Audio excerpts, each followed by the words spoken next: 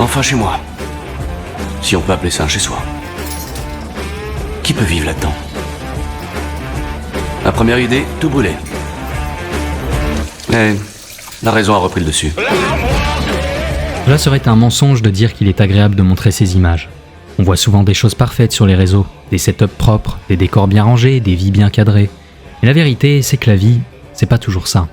Alors après plusieurs ruptures amoureuses, une vie professionnelle un peu mouvementée, une situation financière difficile, il y a 1 an, mon appartement ressemblait à ça.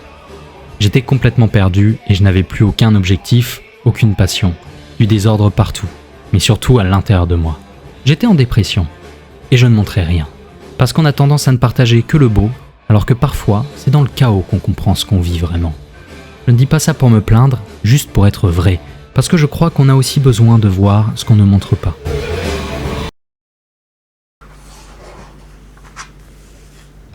Il y a des choses qui nous suivent depuis l'enfance. Pour moi, c'était la création.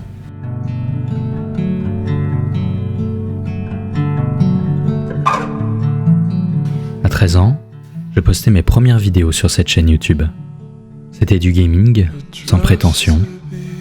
Et derrière ces vidéos maladroites, il y avait une vraie passion, une envie de raconter, de partager, de construire quelque chose. J'ai continué jusqu'à mes 19 ans. Et puis, j'ai arrêté. La vie s'est accélérée, les doutes sont arrivés, les attentes, les comparaisons. Et peu à peu, j'ai rangé cette passion dans un tiroir. Mais cela n'a jamais vraiment totalement quitté mon esprit. J'ai voulu me réinventer. Je me suis lancé dans le cinéma, dans l'acting. Quelque part, sur ce chemin, je me suis perdu. Parce qu'on ne le dit pas assez, mais la vingtaine, c'est un vrai labyrinthe. On essaie de devenir quelqu'un sans savoir qui on est. Dans cette confusion, j'ai cessé de créer. Mon appartement est devenu le reflet de ce que je vivais intérieurement, le désordre, la fatigue, la perte de sens. J'étais en dépression, et je ne le dis pas à la légère. Même les choses les plus simples me semblaient impossibles, comme accrocher un cadre. Pourtant, j'avais les images, j'avais l'envie, mais je ne faisais pas. J'ai toujours aimé les intérieurs japonais. L'harmonie, la simplicité, la beauté des choses bien placées.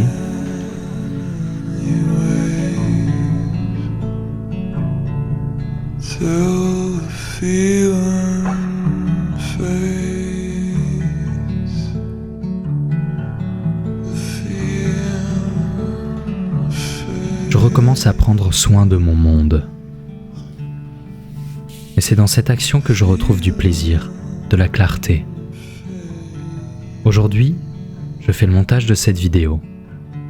Une vidéo qui symbolise ce retour à la créativité. Un retour sur YouTube, là où tout a commencé. Mais aussi sur Twitch, avec des live gaming pour partager en direct, comme avant, mais en mieux. Je veux refaire des vidéos, replonger dans ce que j'aime.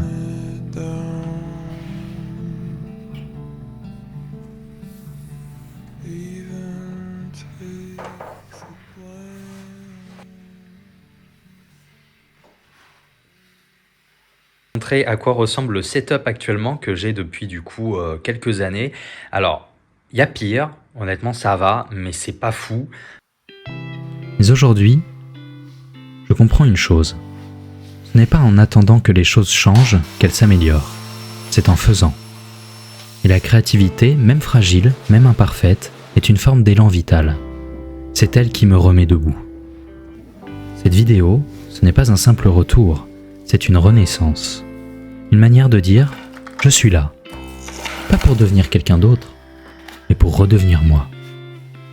Alors si tu as envie de voir ce que j'ai à raconter, à filmer, à partager, bienvenue à toi. On commence une nouvelle page.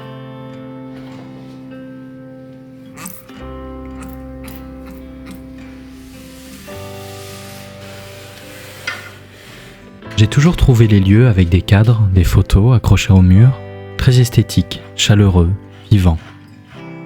Et pourtant, je ne me suis jamais autorisé à le faire chez moi. Pourquoi ? Avec le recul, je crois crois que c'est un parfait exemple des barrières mentales que l'on se met souvent dans la vie. Même pour des choses simples. Mais au fond, ce ne sont jamais vraiment de petites choses. Parce que perdre l'envie de s'entourer de beauté, de se faire du bien, c'est souvent le début silencieux d'un problème plus profond. La dépression. Ce n'est pas toujours des larmes ou du vide évident. C'est parfois juste ne plus accrocher de cadre. C'est perdre goût à l'essentiel. C'est ne plus rien faire alors qu'on a 1000 envies. Et plus on se freine, plus on s'éteint. On s'éloigne peu à peu de cet état d'esprit créatif, passionné, vivant. On remet à plus tard. On s'observe vivre sans participer. Alors oui, ça peut paraître exagéré tout ce discours pour de simples cadres, mais pour moi, ce geste aujourd'hui a une valeur immense. Il me fait du bien. Il me ramène à mes passions. Il me reconnecte à ma créativité.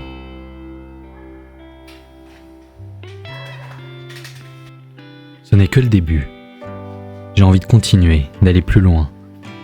M'améliorer dans ce que je crée, dans ce que je partage, mais aussi dans ma façon d'être et avancer pas à pas vers les objectifs que je me fixe aujourd'hui. Car oui, j'ai une vision claire de la vie que je veux construire. Une vie faite de création, de partage, d'équilibre. Une vie plus alignée avec qui je suis vraiment. Et cette vision, je veux l'atteindre. Pas à pas, vidéo après vidéo. Reprendre les vidéos sur YouTube, relancer les lives sur Twitch, c'est ma manière de revenir à l'essentiel, à ce qui me fait vraiment vibrer. Et ce n'est que le début d'un nouveau chapitre. Il y a plein de choses que j'ai envie de vous montrer, plein d'histoires que j'ai envie de raconter. La prochaine vidéo arrive très bientôt. Et dans l'une d'elles, je retourne là où tout a commencé pour moi, ma ville d'enfance. Revoir les lieux, les souvenirs, les sensations. Ce sera une manière de reconnecter avec une partie de moi que j'avais un peu oubliée. Une autre sera plus visuelle, plus personnelle, un format différent, comme un storyboard de ma vie, une manière de poser cette vision, cette direction que je prends. Parce qu'avoir une vision claire de ce qu'on veut, c'est déjà commencer à le faire exister. Merci d'avoir regardé cette vidéo jusqu'au bout, et si vous avez envie de suivre la suite du chemin, alors je vous dis à très bientôt.